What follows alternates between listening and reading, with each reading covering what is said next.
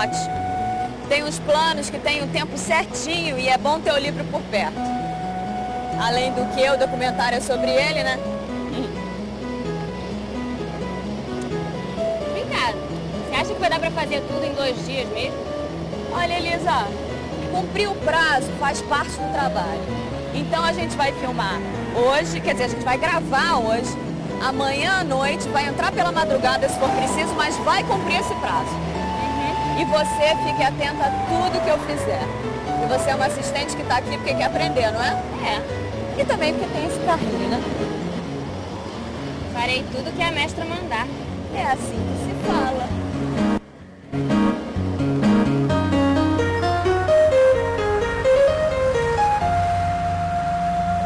Nosso ponto de partida é aqui mesmo, no miolo do centro, o número 110 da Avenida Rio Branco, entre a Rua do Ouvidor e a 7 de Setembro, onde era o Jornal do Brasil. Mais precisamente, onde já foi um palácio encantado para o tempo, nas palavras do cronista Luiz Edmundo. Tinha 34 metros de altura e uma fachada com os adornos rococós da arquitetura do começo do século, que deu uma cara europeia à então Avenida Central, aberta por Paulo de Fronten na era Pereira Passos. Centro do Rio de Janeiro. É. Aqui de cima é tudo muito bonito, né? É tudo lindo. Eu quero ver você filmar lá embaixo. O pessoal todo na multidão. E de noite, na happy hour. Pois é.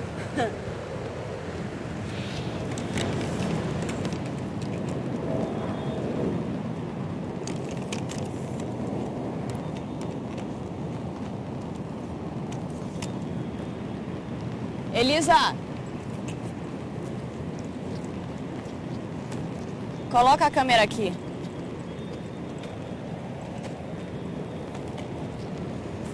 Vou começar com uma óbvia panorâmica.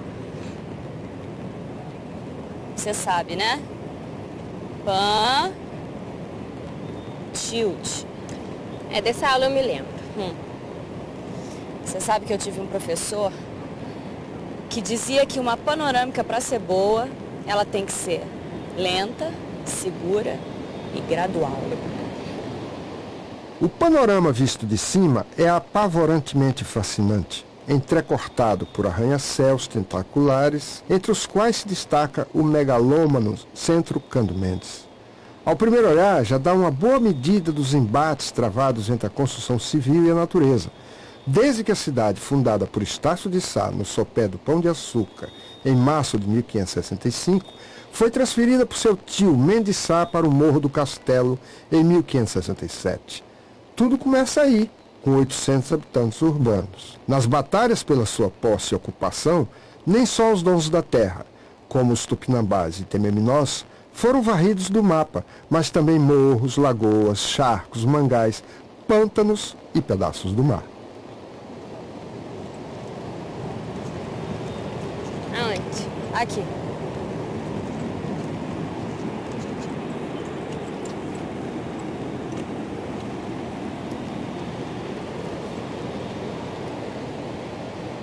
Cá estamos, com a respiração em suspenso e uma incontrolável tremedeira nas pernas, a contemplar sob o telhado de amianto e antenas parabólicas uma paisagem paradisíaca.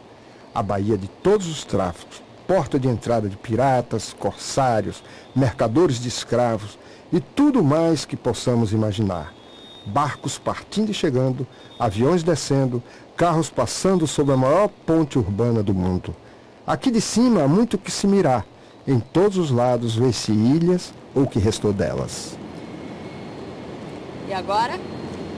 Bom, o livro começa pelas ilhas, né? Bem lembrado. Villegagnon, Fiscal e Cobras. Vamos começar pela Villegagnon.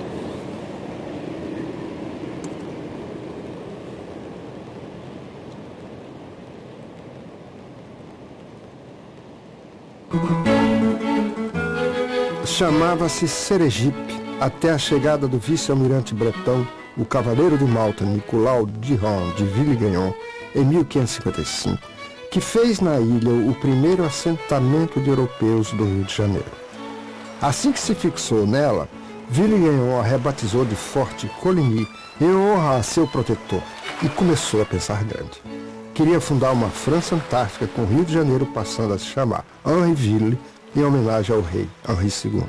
Ficou só no projeto. Agora cobras.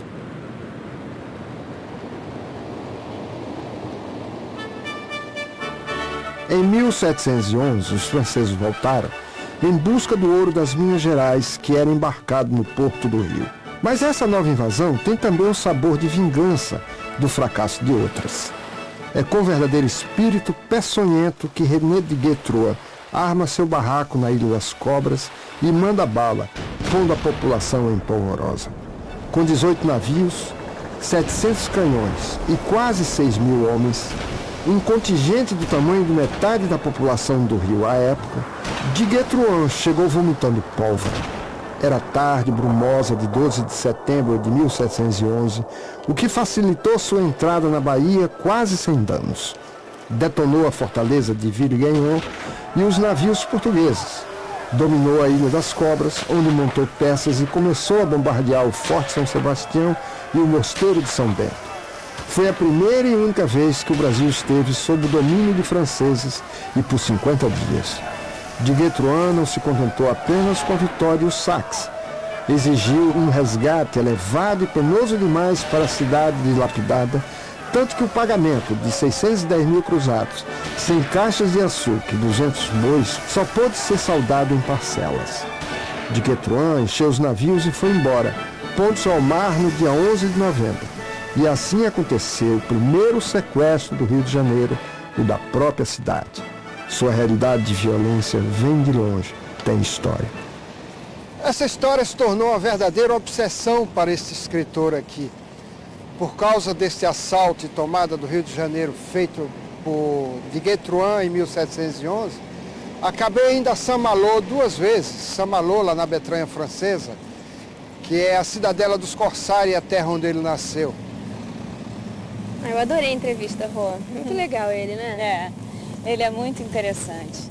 Ele escreveu um livro bárbaro que vale muito a pena ler. Chama Um Táxi para Viena da Áustria. Rô, parece que a ilha é só o palácio mesmo. Mas é só o palácio que a gente precisa. Vamos botar a câmera aqui.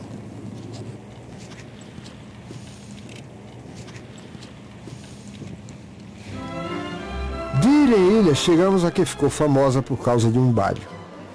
O último do Império. Há quem registre a distribuição de 3.000 convites. Outros mais que dobram. Foram 7.000 os convidados. Não falta quem garanta que apareceram 6.000 pessoas. Números acima ou abaixo, já se sabem que foi uma festa de arromba, retumbante. A última do Império e a primeira oficialmente promovida pelo Estado brasileiro em toda a sua história. O Brasil mostrava a todos a força e o prestígio do Império, através da festa inesquecível. No palácio iluminado por milhares de velas, foram servidas dezenas de cascatas de camarões e milhares de litros de vinho. Nunca é demais lembrar que durante os preparativos para o grande baile da Ilha Fiscal, o Rio de Janeiro vivia uma grande crise social e econômica com o fim da escravidão. Negros famintos enchiam as ruas sem saber o que fazer de si mesmos, na transição do trabalho escravo para o trabalho livre. A propaganda republicana acusava o governo do imperador. Nacionalistas, militares e até monarquistas também. É neste quadro que se realiza a maior festa da monarquia com um luxo jamais imaginado.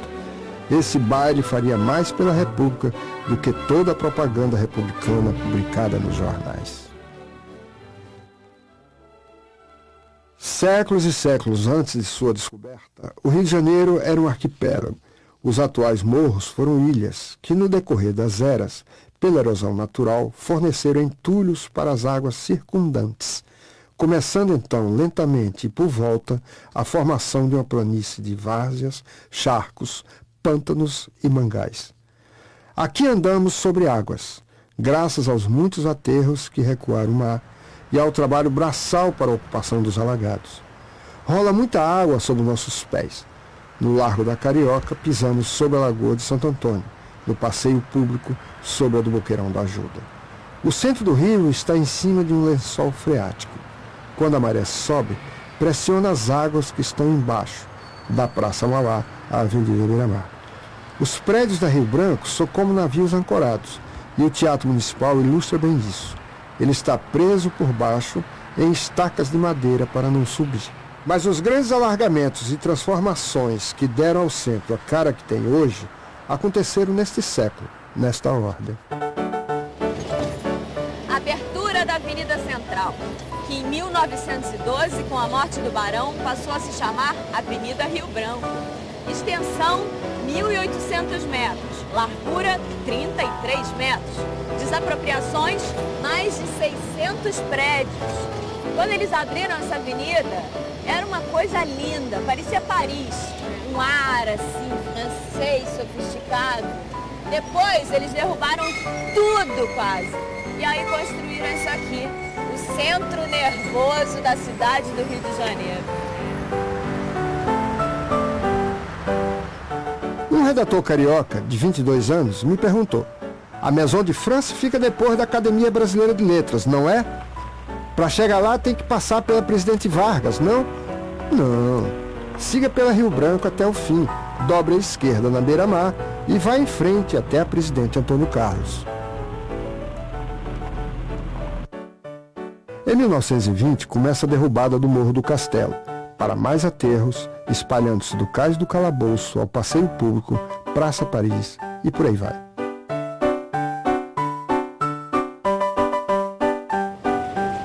Você sabe que tem uma particularidade sobre o Morro do Castelo?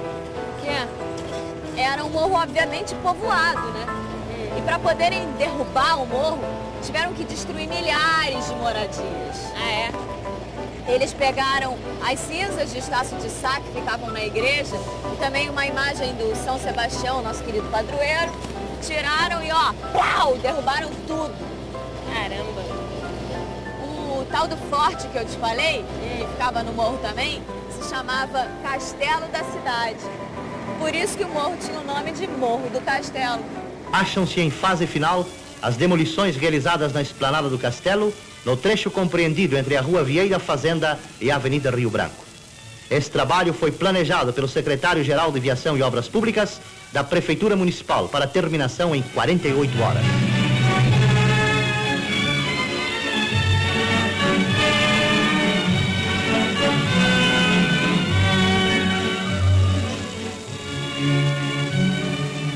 Para isso foram mobilizados cerca de 1.500 homens, divididos em 3 turmas, trabalhando noite e dia. Escavadeiras e caminhões tomam parte no trabalho propositadamente iniciado num sábado de manhã, para não acarretar prejuízos à população carioca.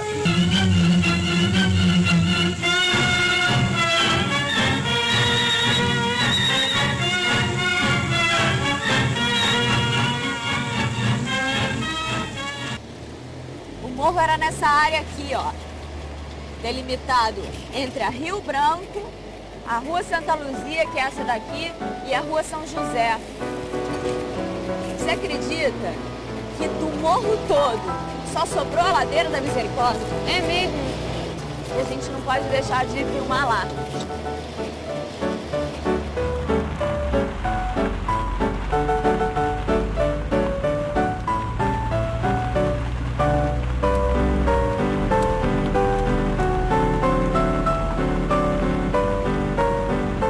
No início da década de 40, começa a abertura da Avenida Presidente Vargas, obra rival da Avenida Rio Branco, principalmente em demolições. Numa extensão de 4 quilômetros, mais de 600 edificações foram abaixo.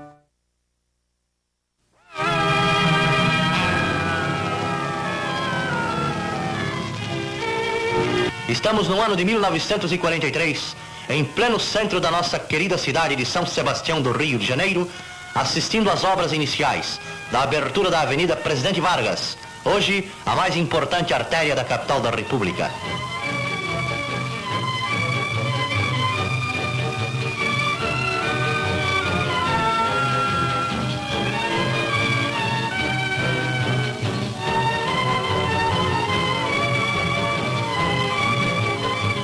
Planejam os engenheiros, vibram os músculos dos operários, movimentam-se ruidosamente as escavadeiras numa autêntica sinfonia de trabalho na realização da grande obra. A cidade cresce vertiginosamente e urge dar à metrópole uma avenida moderna que venha descongestionar o tráfego e facilitar o escoamento para a Zona Norte. A Avenida Rio Branco já se torna pequena para conter o número sempre crescente de viaturas. Você sabe que dos 4 morros que tinham por aqui, o da Conceição, que fica logo aqui atrás desses prédios, foi o único que sobrou habitado? É? O do São Bento sempre teve só um mosteiro, ninguém nunca morou lá. Sim.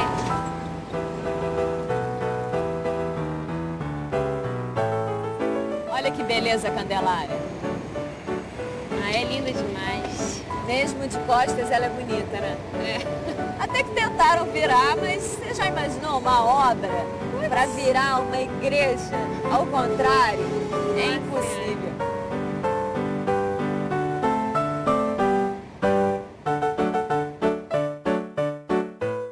Finalmente temos a derrubada do Morro de Santo Antônio em função do plano urbanístico para a realização do 36º Congresso Eucarístico Internacional em 1955. O Morro de Santo Antônio derrubou muitos prefeitos que queriam derrubá-lo, até chegar um e prometer a construção de uma catedral em troca de sua derrubada. Só assim a igreja deixou que o morro fosse derrubado. E foi aí que fizeram aquela catedral esquisita da Avenida Chile, que é essa daí que a gente acabou de passar. Uhum. Eles derrubaram o morro em troca de construir a catedral. Você sabe que o Morro de Santo Antônio vinha até aqui embaixo. Ah, é? E foi a primeira favela da cidade. Até que eles removeram todo mundo e só sobrou a igreja de Santo Antônio. Você vai encontrar mais a saudosista, que, sobretudo com a derrubada do Morro do Castelo, para construir o aeroporto Santos Dumont, né? A derrubada do Morro de Santo Antônio para fazer o aterro.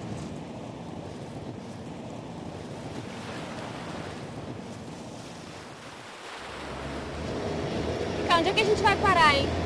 A gente vai parar naquele estacionamento que fica ali na Cinelândia, embaixo de onde era o antigo Palácio Mon. Ah, tá. Você sabe que tem um filme do Roberto Carlos, que ele dá um rasante de helicóptero pelo meio dos prédios, passa em frente à Biblioteca Nacional, em frente ao Teatro Municipal e de repente, pá, dá de cara no Palácio Mon. É muito lindo, tem uma música italiana no fundo, é demais. Ai, Rô, que caretice! Você não tá pensando em usar isso no filme, né? Pelo amor de Ué, Deus. por que não? Ai! Você não sabe o que o Godard dizia? Que é preciso colocar tudo no filme. Ah, é? Il faut tout mettre dans un film.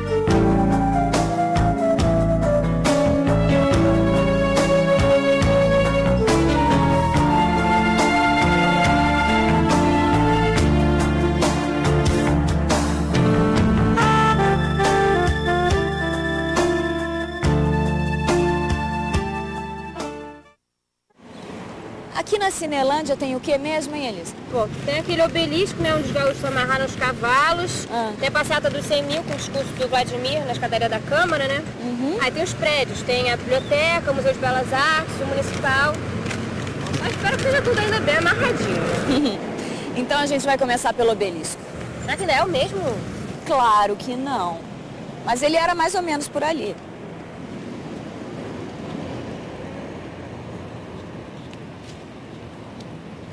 Elisa, você fica de olho, hein?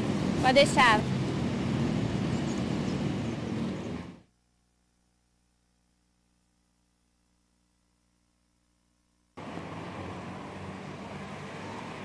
Primeira Biblioteca Nacional.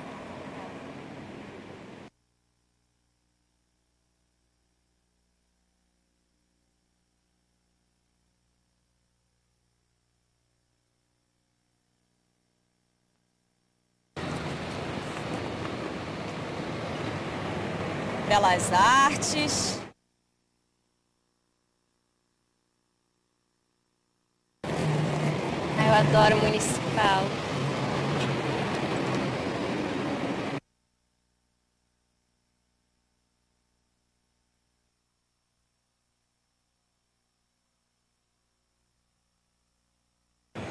Vamos fazer os planos do Vladimir.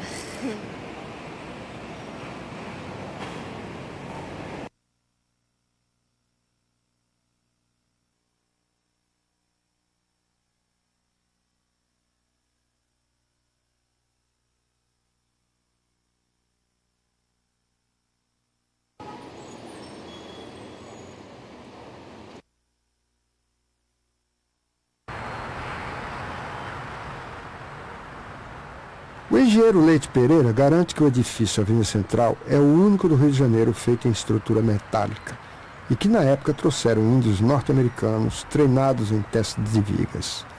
As pessoas paravam diante do prédio para vê-los em ação. Foram empregados 5.620.000 quilos de aço, que daria para construir uma estrada de ferro de 60 quilômetros.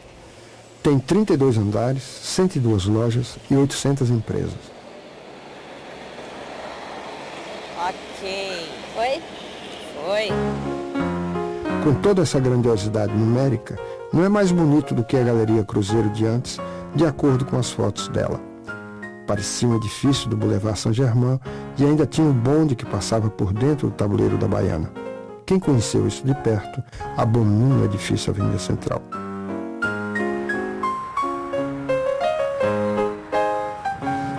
É um centro cultural de atividade intensa hoje, muito importante para a cidade, que são os eventos que acontecem no Centro Cultural Banco do Brasil, que sempre oferece algo sensacional, seja em filme, cinema, seja de teatro, seja de exposição, seja de palestras, conferências, eventos literários. Pronto. Quer dizer que essa aqui é a frente da igreja, né? Então ela fica mesmo de costas pro presidente. É. Até que tentaram virá-la ao contrário. É. Só que com a igreja não se brinca. Olha só, agora a gente vai começar uma caminhada por esse miolo aqui. Vamos passar pela Rua da Quitanda, Rua do Ouvidor, vamos até a Praça 15, vamos passar pelos becos que tem ali. A gente vai caminhando e vai filmando. Tá bom. Tá? Você tá aguentando carregar o equipamento? Eu tô dando pra encarar, né? Porra, mas você não tá usando esse tripé pra nada, bem que podia deixar no carro, hein? O que você acha? Nunca se deixa um equipamento como o tripé fora da locação, entendeu? Tá bom. E pra você aprender a parar de falar besteira, a partir de agora a gente vai filmar tudo no tripé. Pronto. Ai, peraí. Pode montar o equipamento, coloca a câmera em cima, não sei carrega mexer. tudo, vamos rapidinho. Não, me vamos ajuda começar aqui, a caminhar peraí, rápido, caramba. Eu hein? não sei mexer nisso aqui. Andemos para a Rua 1º de Março, que já foi a Rua Direita. Seu nome atual refere-se ao 1º de março de 1870, que significa o fim da Guerra do Paraguai. Está numa plaquinha que nunca lemos. Outra é que diz: por essas janelas ouviam-se os gritos de demência da rainha Dona Maria I, a louca. Na outra calçada está a velha Catedral Metropolitana, onde Dom Pedro I foi coroado e sagrado imperador do Brasil independente. Vamos pra lá agora, desarma tudo.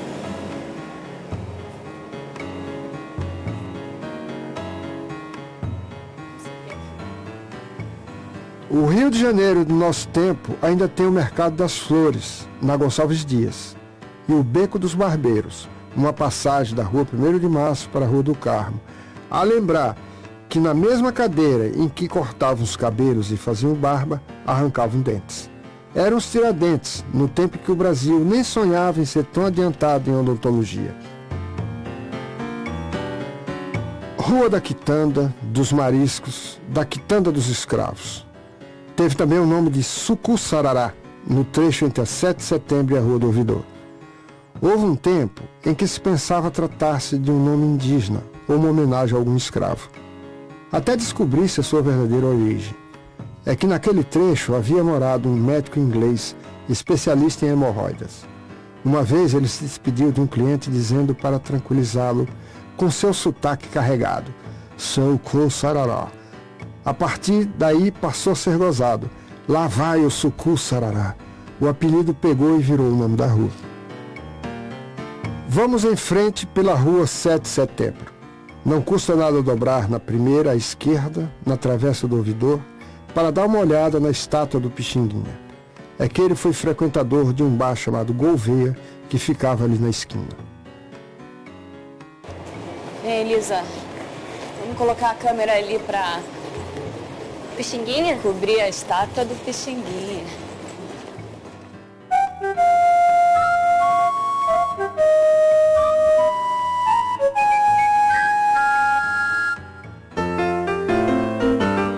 Rua do Ouvidor. Seu nome é uma homenagem ao juiz ouvidor Francisco da Silveira. As lojas tinham nomes assim: Notre-Dame de Paris, Tour Eiffel, Carnaval de Venise, Palais Royal, L'Opéra.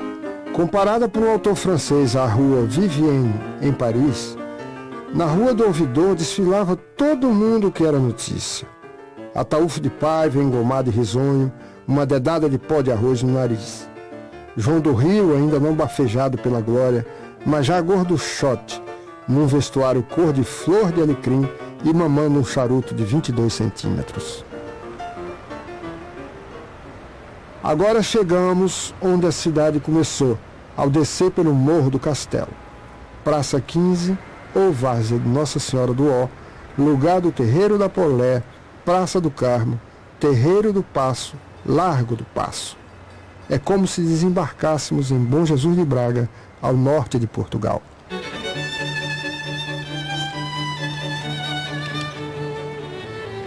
Entramos no Paço Imperial. Coloca a câmera aqui. Por que Imperial? Pergunta o arquiteto Cláudio Toluar.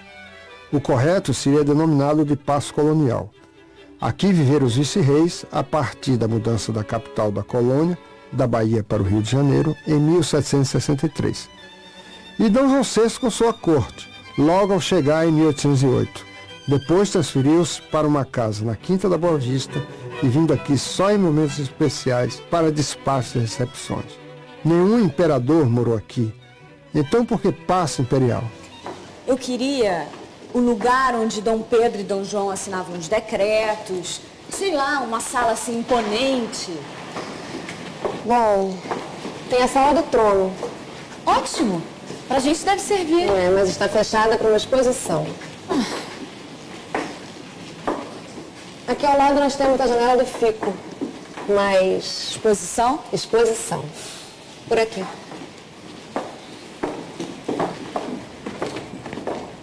Ué? E esses móveis? Ah, é do pessoal de uma filmagem que ainda não veio buscar. Esse pessoal de cinema... Bom, se quiserem mais alguma coisa, é só falar. Com licença. Obrigada.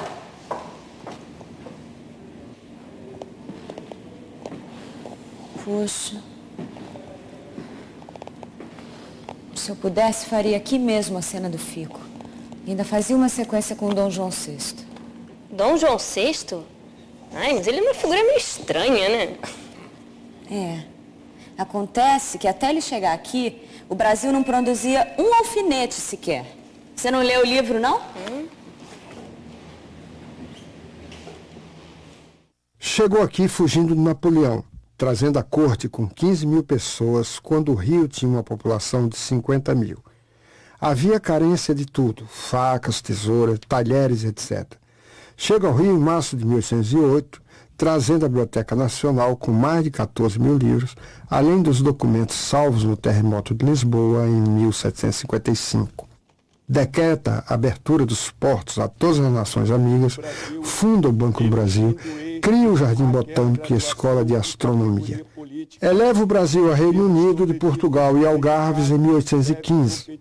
Promove a vinda da Missão Artística Francesa de 1816. Inaugura a Praça do Comércio em 1820, onde hoje é a Casa França-Brasil.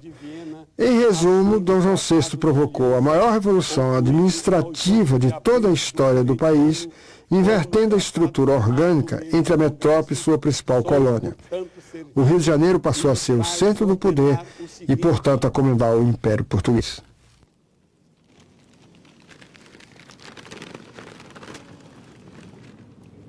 Que desde a publicação desta Carta de Lei, o Estado do Brasil seja elevado à dignidade, preeminência e denominação de Reino do Brasil.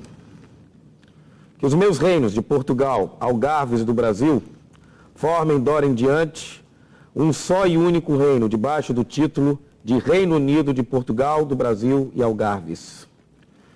Que os títulos inerentes à coroa de Portugal, e de que até agora é feito uso, se substituem todos os diplomas, cartas de lei, alvarás, provisões e atos públicos, o novo título de Príncipe Regente do Reino Unido de Portugal, do Brasil e Algarves, Daquém e Além-Mar, na África de Guiné e da Conquista, navegação e comércio da Etiópia, Arábia, Pérsia, Índia, etc.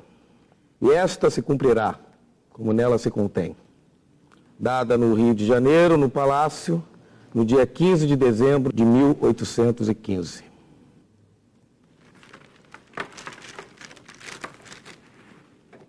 Seu retrato, segundo o cronista português Raul Brandão, é comovente. A mulher o traiu, os filhos enganaram-no e mentiram-lhe. Teve de fugir, de se livrar dos venenos, das revoltas, da intriga. Sempre encostar-se à amizade disto daquele, dos generalões, dos embaixadores, dos ministros. É um homem simpático que fez neste mundo o bem que pôde. Foi ele que povoou o mar do Brasil de sardinhas para os pobres comerem com pão. Plantou árvores, amou e foi talvez sobre o grotesco uma alma delicada. Não seria uma grande inteligência, nem um grande caráter, mas passou a vida a afligir-se. Por qualquer lado que encare, é um motivo de chacota. É o senhor Dom João VI, é o pataco, é o rapé, é a beiça. Mas é também o melhor homem de sua época. E sobre o grotesco encontra-se uma grande beleza escondida, sumida, escarnecida. Tem também o dia do fico, com aquela frase que nunca existiu. Se é para o bem de todos e a felicidade geral da nação, diga ao povo que fico. Pois é, essa frase nunca existiu, eu vi na pesquisa. O que houve foi que o povo fez um manifesto ao Senado pedindo a Dom Pedro I que ficasse no Brasil, que não voltasse para Portugal. E no dia que os senadores vieram entregar o manifesto a Dom Pedro,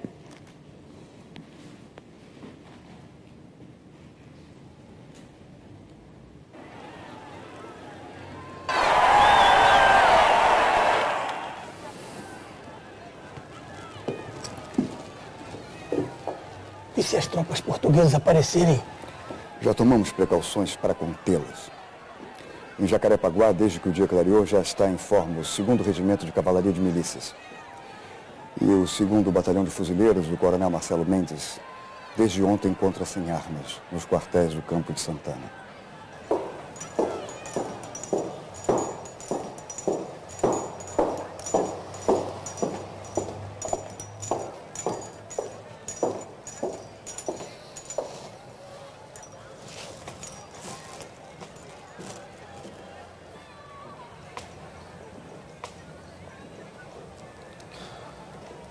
Que horas são? Quase 11. A turba está inquieta. E a comissão do Senado acaba de sair à praça e vem para cá com o manifesto do povo. Já sei o que trazem. O povo brasileiro não me quer em Portugal. Vossa Alteza Real bem sabe que qualquer recusa a uma ordem de seu pai será considerada uma insubordinação intolerável. E se obedecer? Se Vossa Alteza Real e todos partirem, será o caos. Ou a independência. Deixe-os entrar ao meio-dia em ponto.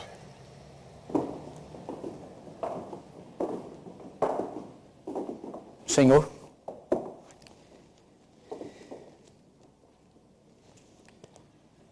a saída de Vossa Alteza Real dos Estados do Brasil será o decreto fatal que sancione a independência deste reino.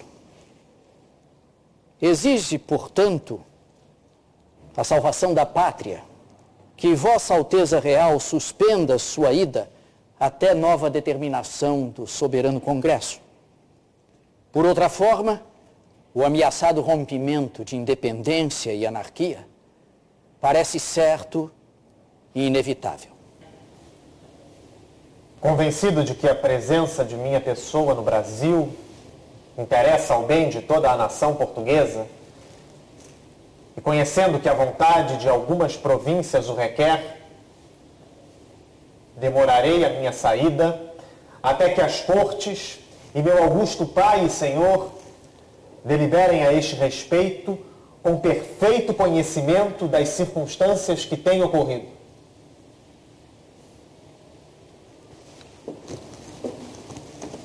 Fica guardado, então. Obrigado.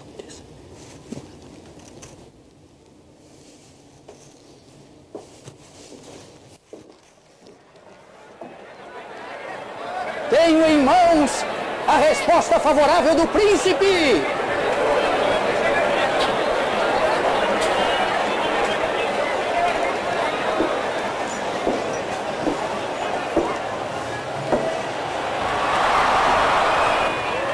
Agora só tenho a recomendar-vos união e tranquilidade.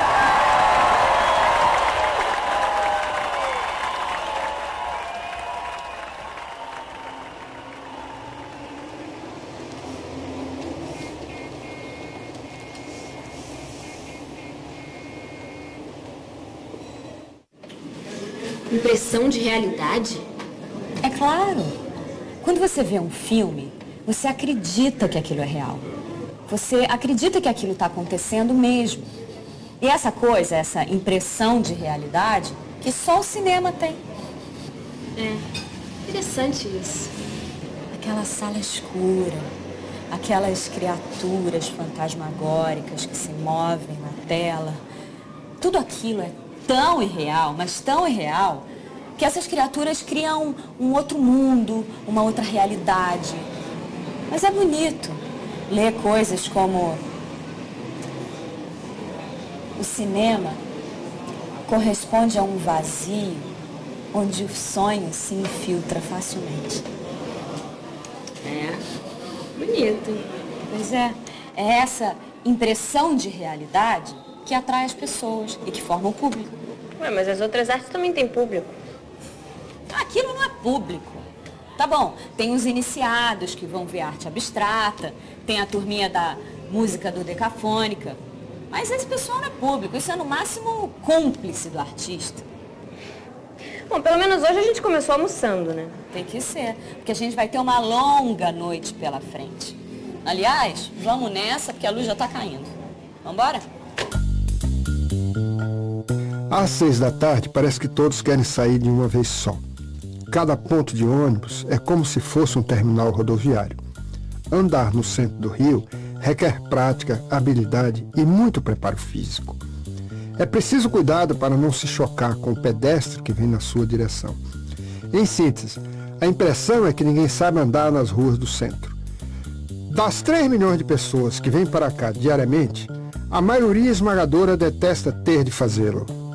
Os que gostam são aqueles que sempre estão dando um tempo para voltarem para casa. Curtem os eventos, exposições ou se enfiam pelos bares, casas de chopes, whisquerias, lojas de disco ou quem sabe nas tais saunas para velhotes executivos. E dizem que trabalhar no centro é muito bom, exatamente pela distância dos problemas do trabalho e os da casa, você dá um tempo.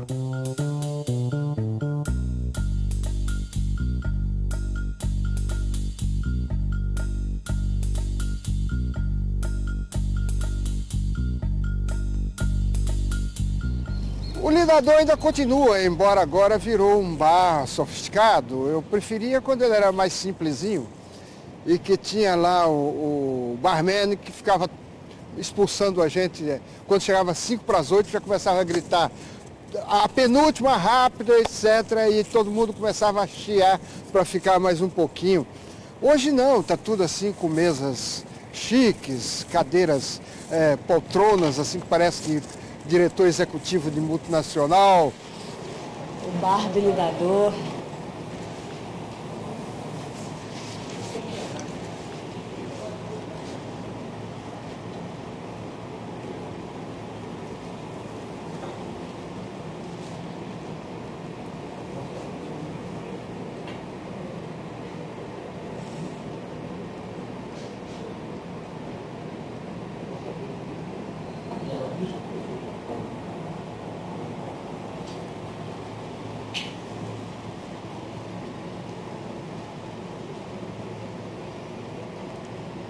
Perfeito.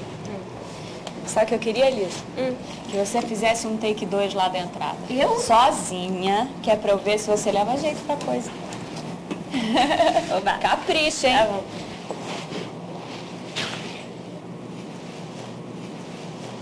Um whisky, por favor.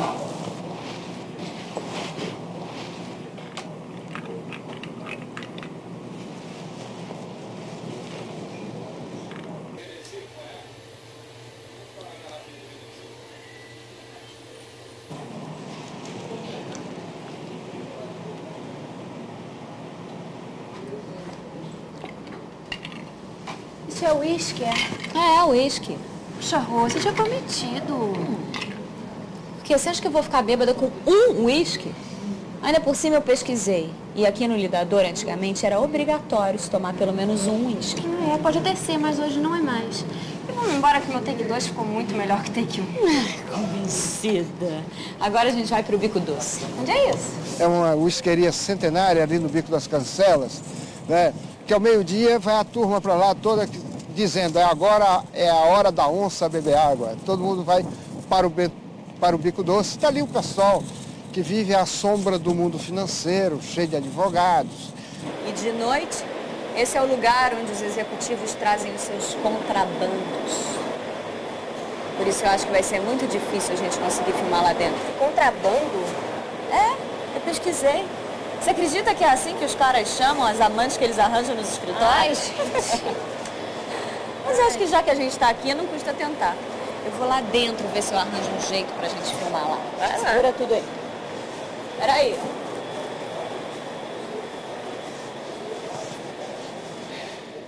O Bico Doce é uma isqueria tão antiga que, segundo o cartunista Jaguar, aqui bebiam Rui Barbosa e o Barão do Rio Branco.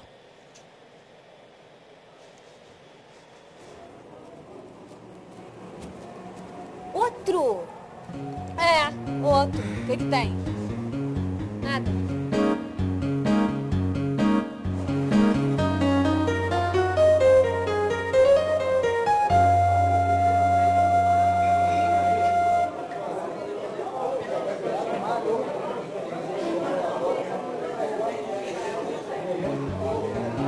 Obrigada, valeu.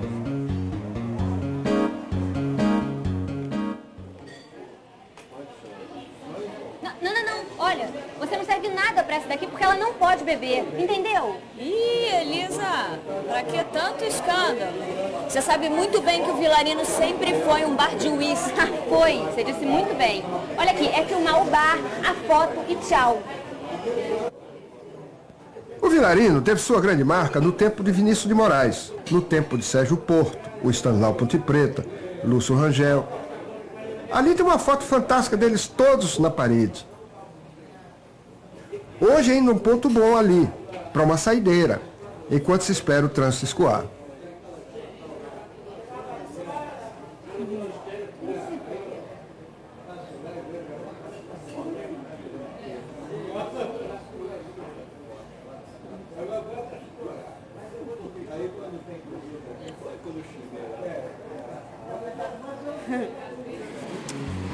A verdade é que a velha noite do centro do Rio, a velha boemia se acabou.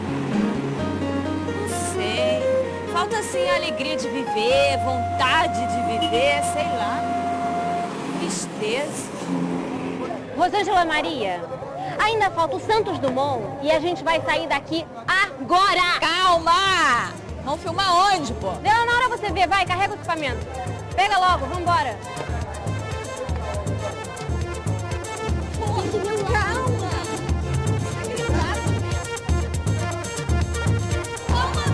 Meu Deus!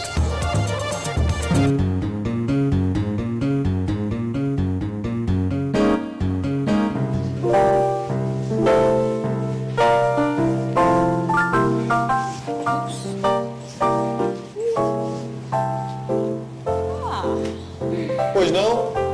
Ué, já fechou? Aqui no centro o restaurante fino fecha cedo. A gente queria só filmar a vista, é pra um filme sobre o centro do Rio. Pô,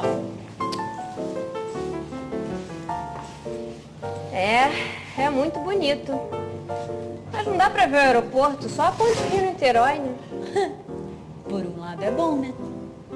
Mas por outro, é Niterói. Eu li na pesquisa. Olha, só se vocês filmarem do heliporto que temos aqui em cima. Tem heliporto aqui?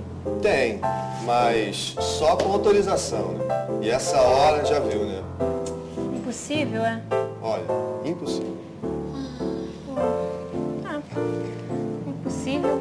Obrigada. Obrigada. Nada.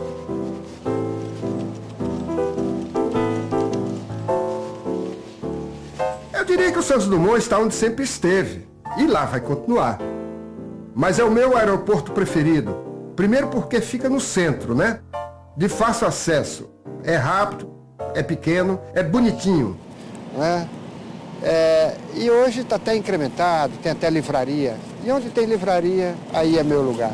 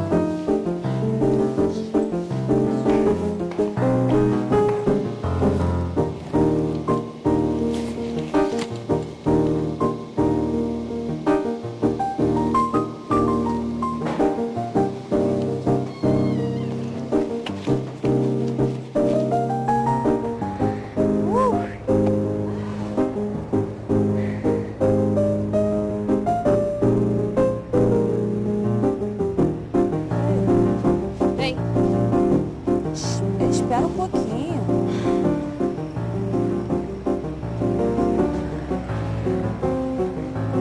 Câmera aqui. Quem vai fazer essas panorâmicas daqui de cima sou eu. Por quê? Você tá de porre. Não tem condições físicas nem psicológicas. Que isso? Mas é o final do filme. Por isso mesmo. Olha aqui, você vai ficar sentadinha ali e calada, porque eu preciso me concentrar, tá?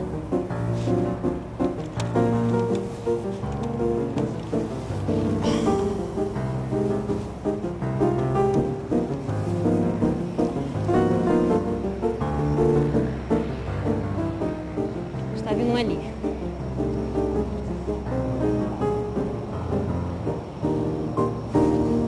Aí.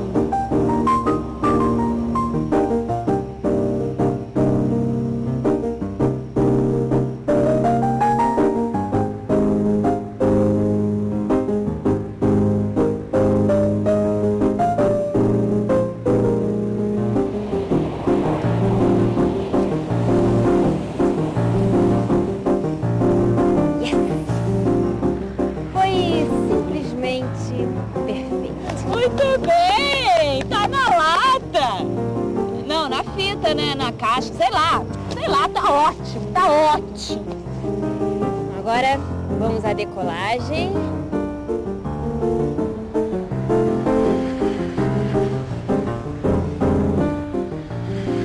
Amanhã voltaremos ao centro como sempre, pois ainda não vimos tudo e nem sabemos da sua história à metade. Voltaremos com uma pontinha de orgulho por estar pisando no centro da história do Brasil e para onde todo o Rio de Janeiro converge diariamente. O principal canto do Rio não é necessariamente o mais amado, mas é como dizia o bom gaúcho Érico Veríssimo: amar é conhecer.